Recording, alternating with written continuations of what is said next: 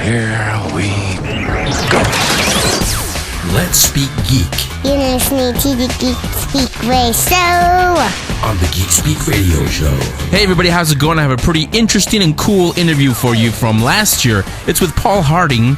Paul is a sculptor. He doesn't sculpt statues. What he sculpts is action figures, mainly comic book heroes. I'm going to stop talking right now and let you listen to the rest of the interview. This interview is from last year, September 14th, 2010, but still appropriate. As a matter of fact, one of the figures he mentions, a pretty big one, pretty big character, was just released recently. A new one is about to be released that he also mentions during his interview, so pretty appropriate. Anyway, here you go. It's an interview with Paul Harding from last year on Geek Speak Radio Show.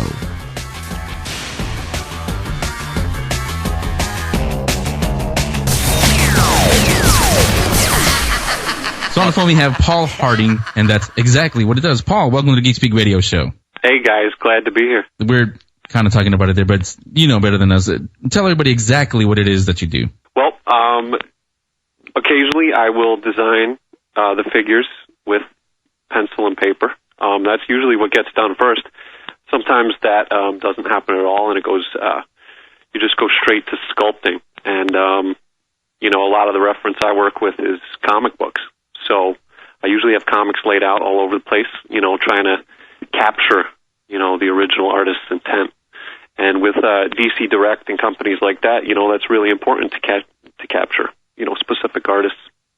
So yeah, I just I rough sculpts out in clay, and then I mold the clay and cast it in wax, and I finish, really tight detail in wax. And how long does that take? Well, the industry standard is usually, they want it in 2.5 weeks. So that's a pretty short time frame to get action figures done, but that's how we do it.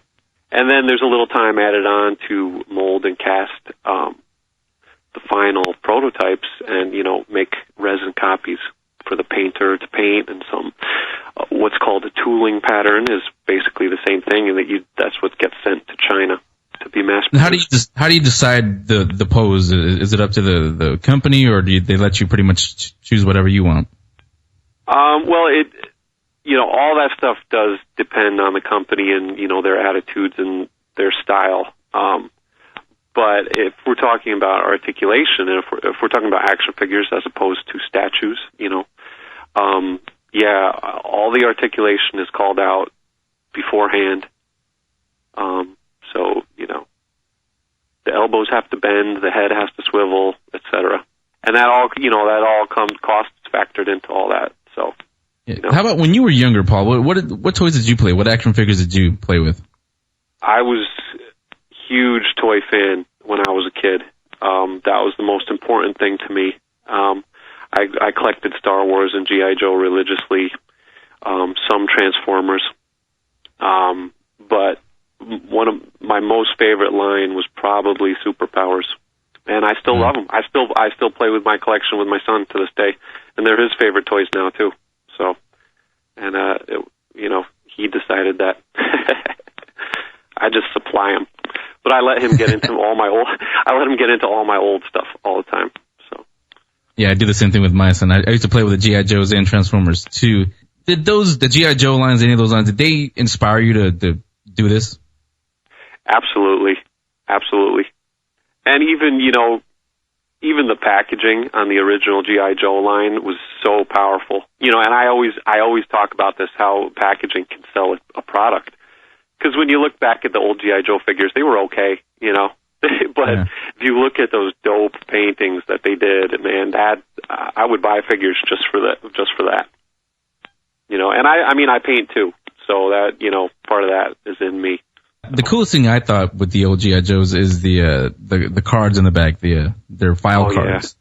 Yep. All of those were written by Larry Hama, so I thought those were pretty cool. That's what I was about. Yeah, he's a cool guy. Yep, and I still have my whole collection in a box of all those cutouts. Yeah, me too. And all those I don't let my son touch, because those are mine. Yeah, no, my son can't touch those yet either. How about comic books? Did you get into that when you were a kid? Yeah, I got into comics a little bit later, probably when I was 12 or 13. And yeah, I I still buy comics to this day, and it's hard for me to keep up with the stack that piles up these days. But yeah, comics are the best, man. Yeah. What was the first figure that you sculpted?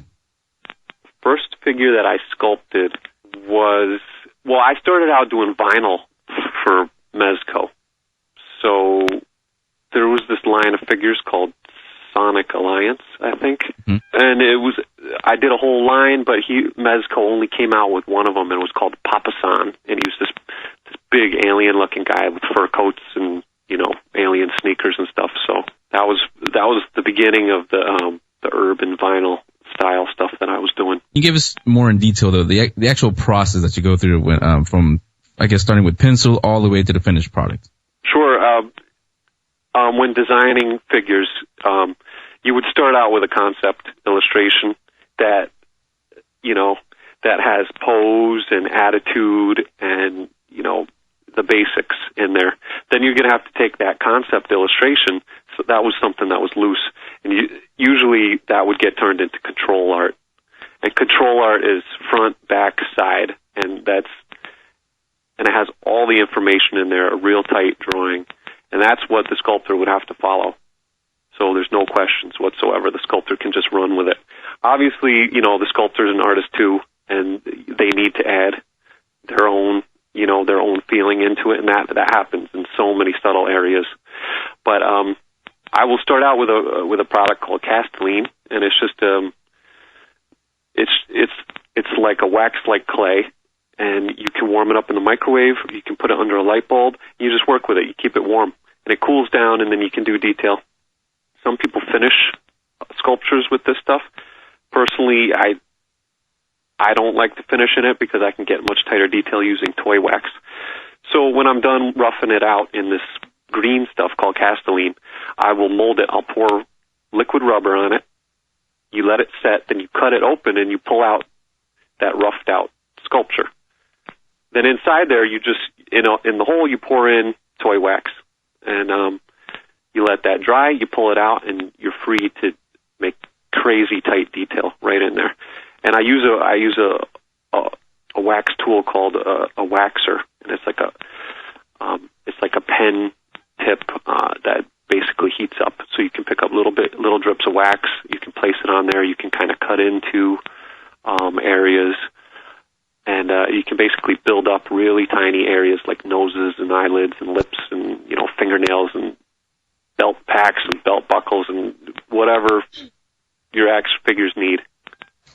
So, and at that, during this phase, I'll be adding all articulation, whether it's got 10 points of articulation or 54 points of articulation. I've done some crazy things in the past as far as, separate joints for fingers and things like that. So all that needs to be worked out by the sculptor. I think a lot of people think that maybe that stuff is done after the fact at the factory. But no, it's a tedious sort of engineering side of the job, but that needs to be worked out in the States, to avoid any imperial entanglements. Yeah, these aren't the action figures you're looking for. Paul, how long have you been sculpting action figures? I think I sculpted in 2001. I started sculpting in 2001. A lot of your work, Paul, no pun intended, is drawn from comics. Do you get any requests from fans, for example, for a specific or special request? We'll put it that way. I mean, I get emails from fans occasionally. Once a week or a few times a month, fans will email me and tell me they like what I'm doing, or they want to know where they can find things or when things hit the street, stuff like that. But yeah. People are generally nice. As far as reading forums, I try not to read forums too much because people can be a little picky in certain areas. But yeah. We're talking to Paul Harding. He designs and sculpts the action figures that are out there. His website, hardingdesigns.com, blogs, Twitters, everything is linked up on GeekSpeakRadioShow.com, so go ahead, go on there if you want to take a look. Geek Speak Radio Show will be right back.